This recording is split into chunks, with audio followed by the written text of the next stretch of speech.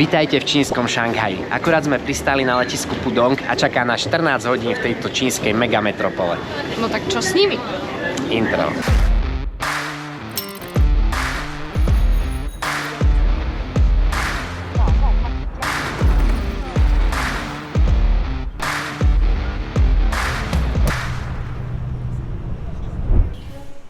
Prvá úloha dňa?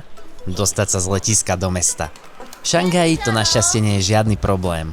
Môžete ísť metrom alebo vlakom. No a my si vyberáme vlak. Do centra nejdeme len tak hociakým vlakom, ale najrýchlejším vlakom sveta, Maglevom.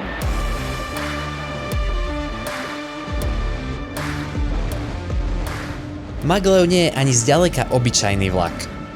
Jazdí po trati, ale nemá kolesá. Namiesto toho levituje. Vďaka magnetickému polu sa doslova vznáša nad kolajnicami. Ideme 270 a trošku sa začínam bať, a strašne rýchlo ideme. V špičke letí rýchlosťou až 431 km za hodinu. Dnes ideme len 300, ale aj to je trojnásobok toho, čo zvládne priemerný slovenský rýchlik. Pri tejto rýchlosti sa naše prvé pohľady na Čínu rozmazávajú za oknami a 30 km prekonávame v priebehu chvíle. Jazda rýchla, no a preto krátka, po 7 minútach vystupujeme a meníme vlak za metro. Prvé pocity v Číne po tých dňoch v Japonsku sú trošku rozpačité, je tu kúsok smrad a ani zďaleka tu nie je tak čisto.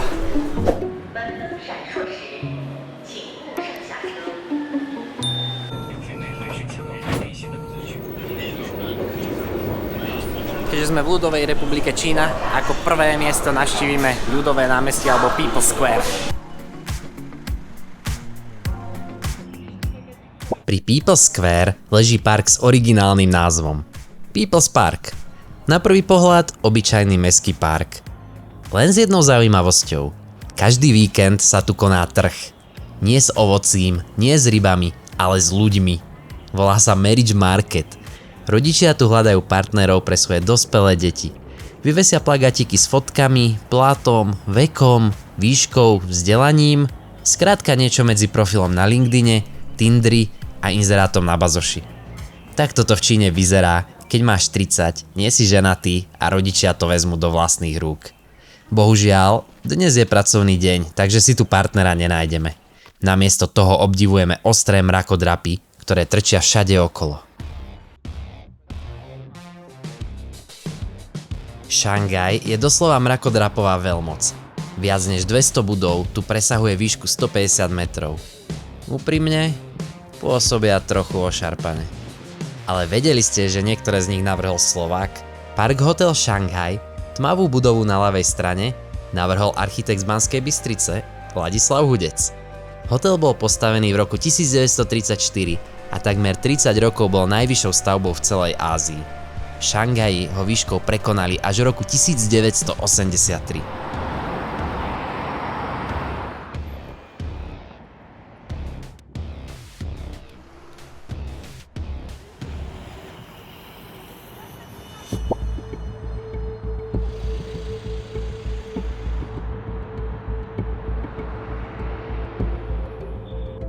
Tak toto je ono.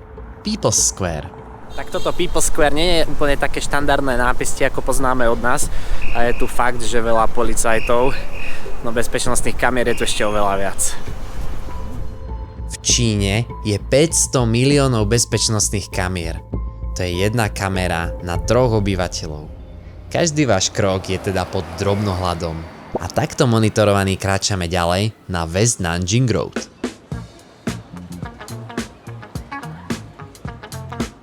No a toto je najväčšia nákupná ulica v Šanghaji.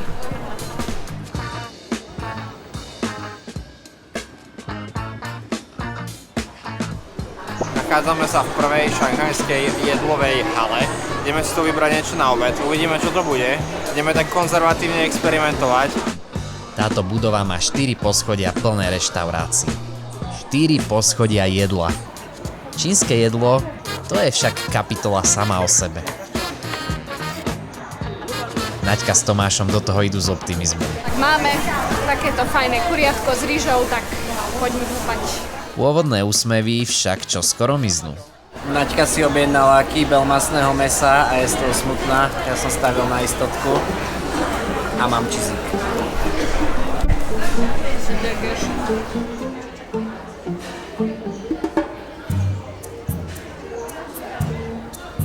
Zachraňuje to aspoň zmrzlinka a my sa vraciame späť do prúdu veľkomesta. Modrú oblohu dnes nevidíme a nevieme povedať, či sú to oblaky, alebo opar, alebo smog. V každom prípade výhľady na mrakodrapy všade okolo máme.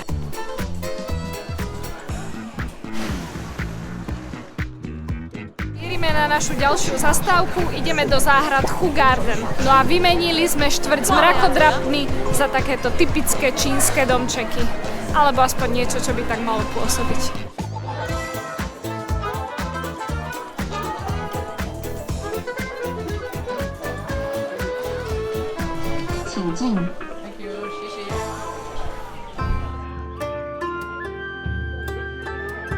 Hugarden, alebo ako si starí Číňania predstavovali ideálny oddych. Čaj, bonsaje, jazierka a mostíky, ktoré vás vedú kľukatými chodníčkami záhradnej harmónie. Dnes je to jeden z posledných kútov tradičnej architektúry v inak ultramodernom Šanghaji. Záhrady sú tak zaujímavo členité, sú tu malé mostíky, úzke prechody, dostávame sa tým do rôznych častí. Taký zaujímavý záhradný koncept som asi ešte nevidela. Väčšinou je to tu vystavané zo skál a z rôznych stien budov.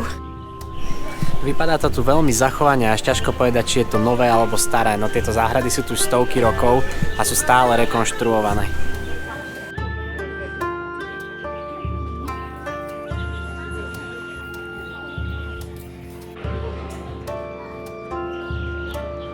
V začiatku to bola sranda, ale tento komplex to je hotové bludisko. Stále objavujeme nové a nové zákutia a to sme už chceli výjsť vonka. What? Je to väčšie, ako to vyzerá. Ako je možné, že tu už zostaneme navždy, lebo naozaj ten východ nevieme nájsť. A stále objavujeme nové a nové časti. To je neuveriteľné.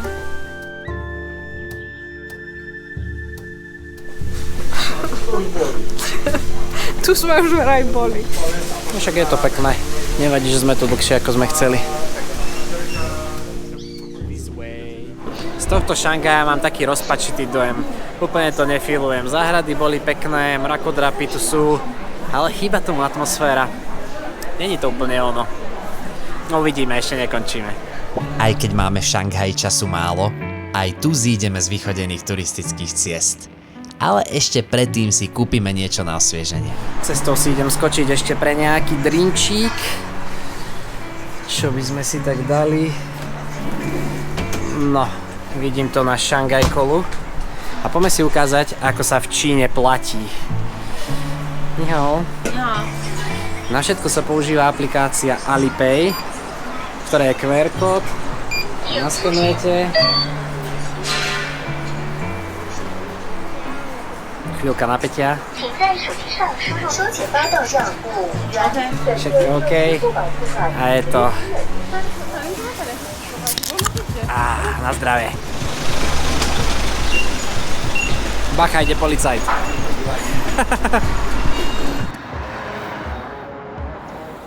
No, nechal som Naďku s Tomášom samých a už ich majú. Aj. Počujte, títo chalani prišli po vás?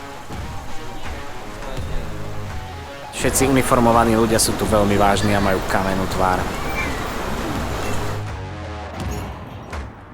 Prekvapuje ma, koľko z miestnych aut je elektrických. Sú to iné značky ako u nás, no odhadol by som, že tak možno každé 10. 15. auto je tu elektrické. Deň sa pomaly chýli k večeru a my si uvedomujeme, že Šanghaj nám stále uniká pomedzi prsty. Je fascinujúci, no ťažko uchopiteľný.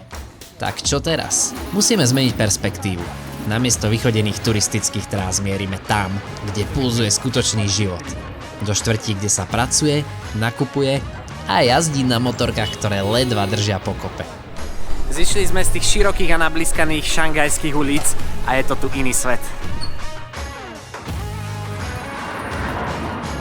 Ale neprišli sme sem len tak blúdiť. Šanghaj je domovom technologických gigantov ako Huawei, Xiaomi či Mediatek. A kde sa vyrába, tam sa aj predáva. Náš plán? Skúsiť pochopiť Čínu cez jej najväčší vývozný artikel – elektroniku. Cez Google, ktorý je v Číne zakázaný, sme vyhľadali najväčší electronic store v Šangaji a zaviedol nás do tejto budovy, tak sa poďme pozrieť, čo nás tu čaká. Keď v Číne niečo nazvete najväčším, neznamená to len, že je to obrovské. Znamená to, že to má aspoň 8 poschodí, rovnako ako tento obchod. No tak toto nie je to, čo sme čakali. My sme čakali projektory, počítače, mobily, hodinky. A tu sme ešte v štádiu predtým, niekde na elektrických obvodoch. Na tomto však krásne vidno, aké ťažké je dohľadať relevantné informácie, keď ste v Číne. Ako je pekne teraz však. Takže ďalšia zastávka, The Bund. This way. Zotmelo sa a my vchádzame do finále nášho dňa v Šanghaji. Finále, ktoré má všetky predpoklady byť tým najlepším, čo tu zažijeme. Mierime totiž na najznámejšie miesto tejto metropoly. V diaľke už bliká ikonická väža Oriental Pearl. Znamenie, že sme blízko. A potom sa pred nami otvorí samotný Bund. Promenáda na brehu rieky Huangpu. Miesto, ktoré vám má vyraziť dých. Tu sa prezentuje moderná, silná a prosperujúca Čína. Tak toto je výkladná skriňa celej Číny. Šangajská promenáda.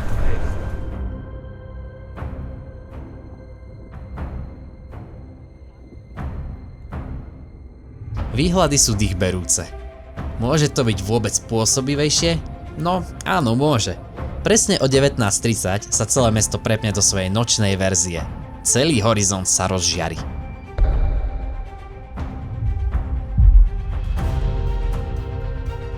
Pozeráme sa na mrakodrapovú džunglu.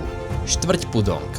Medzi nespočet mrakodrapmi sa týčia aj giganti, patriaci medzi najvyššie budovy na svete. Jinmao Tower, Shanghai World Financial Center a dominanta celej krajiny, Shanghai Tower. Tretia najvyššia budova sveta. Na strane, kde stojíme my, je atmosféra iná.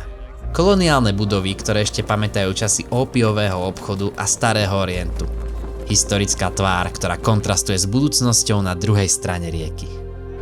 Ale niečo nás stále ťahá späť k tým mrakodrapom. Byť v Šanghaji a neísť na tretiu najvyššiu budovu sveta, to by bola škoda. Máme už len 4 hodiny. Je to na hrane, ale ideme do toho. Z Bundu sa vraciame späť na Nanjing Road, ulicu, na ktorej sme si dnes dali obed. Mierime na metro. Šangaj v noci to je úplne iné mesto ako Šangaj cez deň. Týmto veľkým metropolám tá noc proste pristane. Cez deň ošumelé budovy, no v noci vyzerajú úchvatne. Nedokonalosti zakrie tma a prebijú neóny. Máme pocit, ako by sme sa ocitli v úplne inom meste. Nie, že by tu cez deň nebolo dosť ľudí, ale v porovnaní s Tokiom, ktoré sme navštívili nedávno, pôsobil Šangaj skoro ako prázdne mesto. Teraz večer však naozaj ožíva. Svetlá, hudba a dáví kam len oko dovidí. Krátka jazda metrom a zrazu sme priamo medzi mrakodrapmi. Hneď sa nám otvára výhľad na túto ikonickú trojicu šanghajských gigantov. Shanghai Tower, tretia najvyššia budova sveta s výškou viac ako 630 metrov. Cez deň možno aj kvôli tomu smogu vyzerajú tie budovy, tie mrakodrapy tak trochu ošumelo, ale príde noc, zapália sa svetielka. Wow, dobre to je. V tejto mrakodrapovej novej štvrti to vyzerá fakt brutálne. To je, hádam, extrémnejšie ako New York. Táto časť mesta je jednoducho ohromujúca. Kráčame po vyvýšenom chodníku, pár metrov nad cestami, mimo hluku aut. Len my, výhľady a ticho medzi oceľou a sklom okolitých budov. Hľadáme vstup do Shanghai Tower, nemáme však zarezervované lístky, tak vôbec netušíme, či sa nám tam podarí dostať. A hlavne náš čas do odletu sa kráti, takže si musíme trošku švihnúť.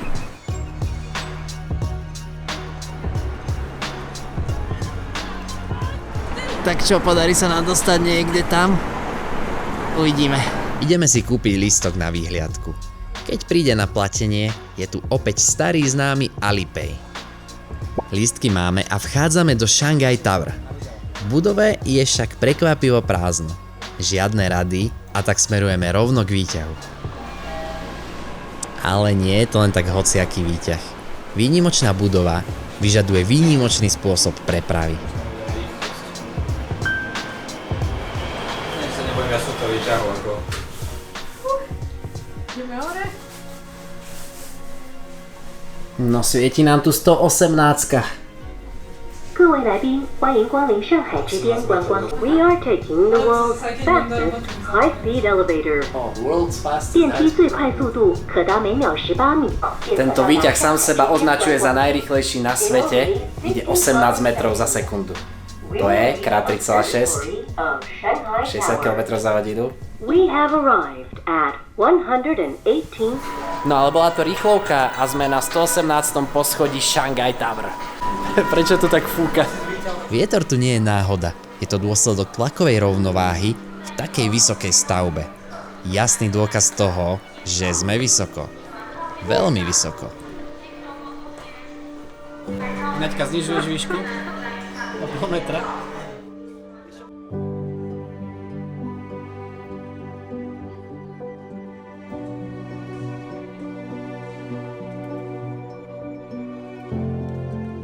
Ja sa normálne nebojím výšky vo vnútri budovy, ale keď vidím tie mrakodrapy, ktoré sa mi zdali vysoké z dola a že sú teraz pod nami, tak ako... Není mi všetko jedno, no. To vidím na zem stadiaľto. Chápeš?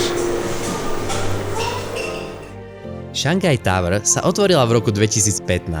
V tej dobe bola druhá najvyššia budova sveta. Lenže po otvorení roky zývala prázdnotou. V roku 2018 bola obsadená iba z polovice. Príliš drahé nájmy, nepraktický dizajn podlaží a byrokratické prieťahy. Symbol rastúcej a sebavedomej Číny tak narazil na realitu. Nedokázal pretaviť prestíž a svoju výšku na úspešnú a využívanú budovu. A dnes? Situácia je dramaticky iná. Budova je takmer plná, sídlia tu firmy, kancelárie a aj najvyššie položený hotel na svete. A keď už sme pri tých výškach, až tu hore zisťujeme, že vyššie sa už bežný smrteľník na tomto svete nedostane. Pozerám, že highest observatory decks in the world a prvá je Shanghai Tower. Čiže sme na najvyššie možnom, čo sa dá ísť pozerať na svete. Lebo Burj Khalifa aj to druhé sú kvôli tým vežiam vyššie, ale my stojíme reálne najvyššie, ako môžeme stať na svete, čo sa týka budovy. Ako rozpačito to v tomto meste začalo, tak sme teraz úplne odpálení. Je to tu fakt pecka takto večer. Kto by to bol ešte ráno povedal, že pôjdeme na najvyššiu výhliadkovú väžu sveta. Puh. Wow.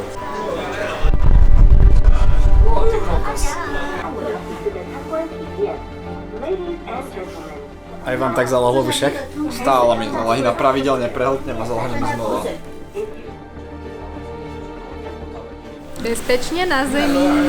Z veže schádzame v pravý čas. Práve tak, aby sme stihli posledný večerný maglev späť na letisko. Pomedzi mrakodrapy mierime do podzemnej stanice. Za 14 hodín sme to stihli naozaj dosť. Šanghaj nás prekvapil, očaril, ale aj trochu zmiatol. Šanghaj. Bolo tu zaujímavo, ale náš čas vypršal. Tak čau.